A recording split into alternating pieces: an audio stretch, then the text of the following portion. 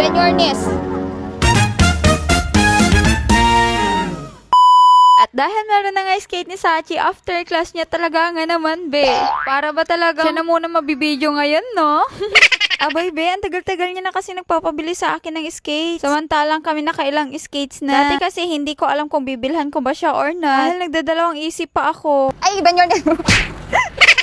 Bend your knees. Bend your knees. Dati kasi talaga, be, iniisip ko baka mabalian o kung ano-ano. Kaya naman, nung bumili ako ng skates niya, bumili natin ako nitong protective gear. Natatanggal-tanggal nga yung helmet niya, kaya tinanggal ko na lang. Dahil yung talingan ng buhok niya ganito. Ang cute, no? Pag mga bata yung nag-i-skate. Medyo malaki pa nga sa kanya yung gears, pero eto na yung pinakamaliit. Tapos pala yung skates na nabili ko, adjustable na din, kaya abot pa hanggang ilang taon to. Imbes na nanay yung mag-i-skates, anak na lang muna. Salamat! Your knees.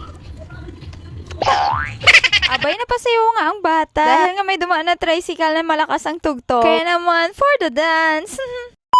At dito nga tinuturuan ko siya paano mag-bend. Pero so far, kaya niya nang itayo yung skates niya. Dahil nga, alam niya naman, ginagamit niya yung mga skates namin minsan. Mas mabilis talaga matuto pag mga kids, no? Pero reminder, always use protective gears. Tsaka dapat yung mga magulang lagi nakaalalay. Para kahit may gear, iwas pa rin masaktan. Sa mga hindi pala nakakaalam, 3 years old pala si Sachi, and yes, pang 3 years old yung kinuha ko. Na skates, pero depende yan kung anong size ng mga paa nila. Baka kasi mamaya malaki yung anak nyo. Si Sachi naman, saktong-sakto lang. Kakaiba nga pala yung nakuha kong skates kay Sachi. Hindi ko alam kung anong tawag neto. Pero may dalawa sa harap, na para bang sa inline, tapos sa likod parang squat. Tapos gusto niya kompleto daw yung gears niya, kaya naman nilagay ko na naman yung nasa ulo. Wish come true talaga ang bata. Samantalang ako, nung nagka-skates ako, 29 na. Oh my G.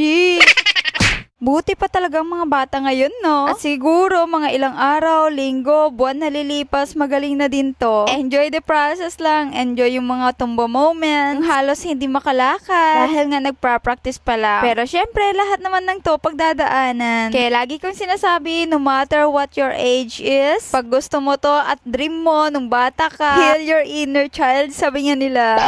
Huh? Papakamot ka na lang talaga sa ulo. Nuan naman! Tanong siya ng tanong sa akin saan daw pupunta ang tito at tita niya. Dahil nga napadaan sila at nakita nila si Sachi. Abay, be, talagang inabot siguro kami ng ilang minuto sa labas. Dahil nga na-enjoy niya talaga yung mag-skate. Paano naman ako, be? Plano ko pa naman kanina na mag-i-skate ako ngayon. Pero yun pala magtuturo. Salomot!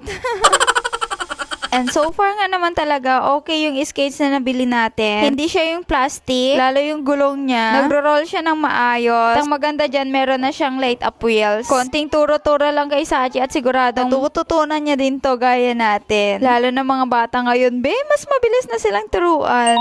At abang-abang lang tayo sa mga skates natin. Hanggang sa susunod mga be. Salamat!